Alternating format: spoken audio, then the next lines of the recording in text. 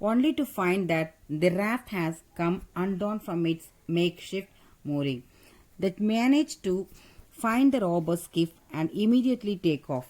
Within a short time, they see the wrecked steamship floating downstream far enough below the waterline to have drowned everyone on board.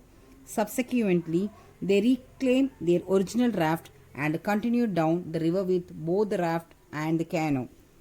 As Jim and Huck continue floating downstream, they became close friends. Their goal is to reach Cairo when they can take a steamship up the Ohio River and into the Free States.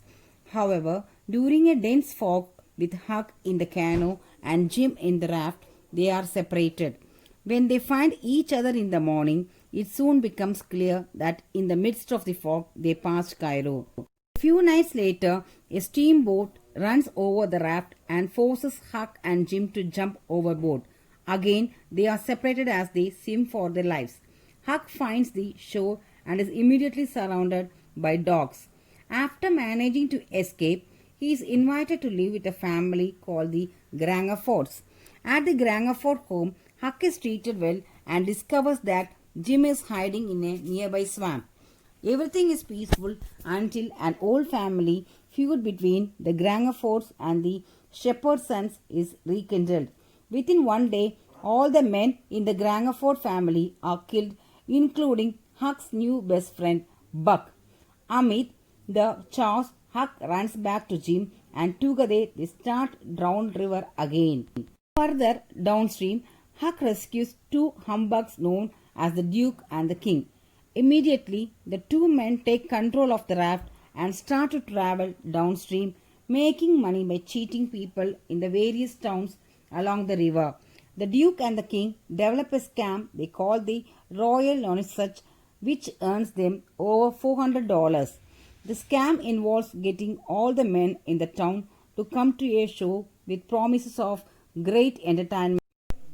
After a great deal of planning, the boys convince the town that a group of thieves is planning to steal Jim. That night, they collect Jim and start to run away. The local farmers follow them, shooting as they run after them. Huck, Jim and Tom manage to escape, but Tom is shot in the leg. Huck returns to town to fetch a doctor, whom he sends to Tom and Jim's hiding place. The doctor returns with Tom on a stretcher and Jim's in chains.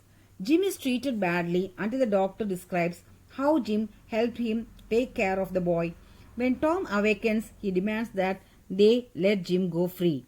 After this revelation, Jim tells Huck to stop worrying about his pap and reveals that the dead man in the floating house was in fact Huck's father. And Sally offers to adopt Huck, but he refuses on the grounds that he had tried that sort of lifestyle once before. But it did not suit him. Huck concludes the novel stating he would never have undertaken the task of writing out his story in a book, had he known it would take so long to complete. Thank you, children. I hope you all enjoy this module. See you in the next module.